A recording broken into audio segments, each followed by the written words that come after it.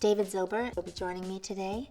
He's well known for fermentation. Everything we're going to make today has some kind of fermentation, even the dessert. The watermelon granita has preserved lime. It's perfect for a summer barbecue. Today we're making preserved limes. When you preserve citrus, the skin completely tenderizes and it becomes far less bitter, so you can actually chop it up and use it in salad dressings, use the brine as a seasoning or a cure, and I think it's fantastic over fresh fish or oysters. Now we're going to simply slice the limes and then scoring each half about 2/3 of the way through the flesh into quarters without separating those halves into segments. This creates more surface area for the salt to extract more juice from the limes.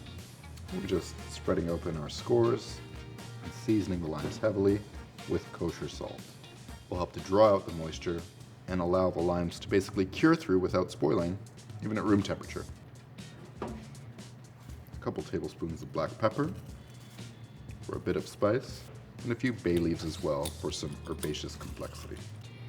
So there's still a lot of space left in this jar, and all we're going to do is take some 6% salt brine, which is roughly 4 tablespoons of kosher salt to a liter of water, and pour it over top to make sure that the limes are completely submerged. We're going to seal the jar and allow it to sit for 3 to 4 weeks until our limes completely salt through, mature, and develop a deep, rich flavor. This has been sitting in here for a month, and I brought them with me. And if you give that a sniff. Oh, that smells good. It smells like a margarita. I know, right? It does. Limes and salt play well together. Yeah. So we're going to measure out 30 grams of this. Perfect. I can go straight in.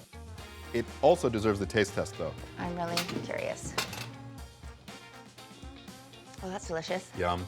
It's really good.